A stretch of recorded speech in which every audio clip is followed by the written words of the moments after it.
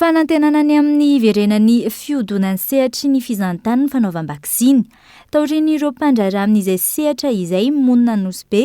Androany ny roso tamin'ny fanaovam-baksiny ihany koa ireo miasa amin'ny trano fandraisam-bahiny maro teto Antananarivo renivohitra. Ihany koa ny vaksiny aloha hatreto ny fanefitra ahafahantsika izany hoe miverina miandalana ao anatin'ny asa, miverina miandalana ihany koa eo amin'ny tontolon'ny andavanandro. Izay aty amin'ny sehatry ny fizantany dia izay no tokony mampiseho modely voalohany indrindra izany hoe vita vaksiny mba ahafahana mirasure ho an'ny mpanjifa izany hoe tsy misy atahorana.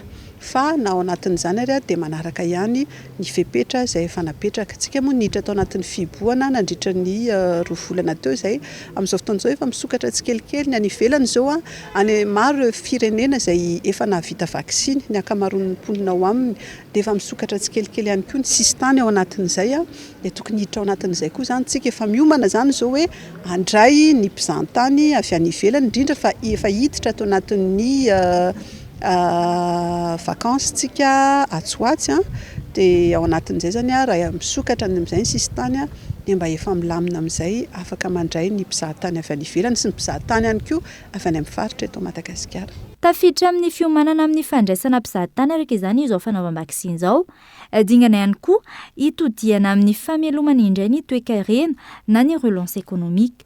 Voalohany indrindra aloha ny fanaovana vaksiny. Izay zany izao amin'izao fotoana izao ny tenako manokana efa vita vaksiny izay efa 7 andro lasa izay dia tsy maninona salama tsara manohy ny asa dia mametraka an'izay paikady izay ahafahanao manao les relance économique.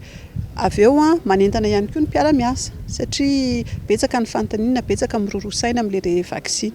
Dia manentana ny mpiara-miasa efa tonga ny mpiara-miasa amin'izao manao vaksiny dia eo amin'izay zany izay efa manomboka hoe betsaka ny tolotra aloha ezahanay atao mba ahafahana hisintomana amin'ny mpanjifa ao aminay. Betsaka ihany koa moa izany ny karazana ohatran'ny hoe fety miantra any amin'ity volana jona ity ao ny fetin'ny misy zao ny baolina euro dia misy ihany koa ny fety nationale izay ankalazaintsika amin'ny 4 volana jona. Dia anatin'izay miezaka izany izay manome tolotra ahafahan'ny safidy ahafahan'ny mpanjifa hoe mba miverina any amin'ny toerana fisakafoanana, miverina any amin'ireny toerana fandraisam-bahiny ireny satria hatreto dia ny sehatry ny fizahantany anisany mampiditra vola betsaka indrindra amin'ny kitapom-bolam-panjakana. Dikan'izay izany tokony efa hifantohana amin'izay amin'izao fotoana izao hoe inona ny paikady mahomby ahafahantsika manao an'izay relance économique izay.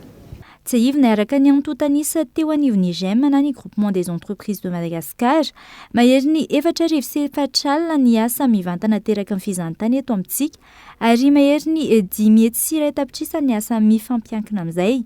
Zava-dehibe manoloana io ny hijerena vahaolana amin'ity sehatra ity.